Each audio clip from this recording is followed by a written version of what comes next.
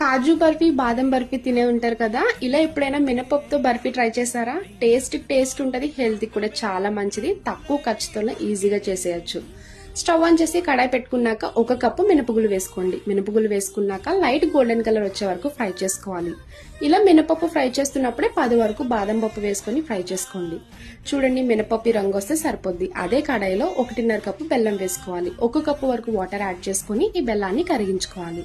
ఈ బెల్లానికి ఎలాంటి పాకంతో పర్లేదండి, ఒక 2 మినిట్స్ బాయిల్ చేసుకుంటే సరిపోద్ది.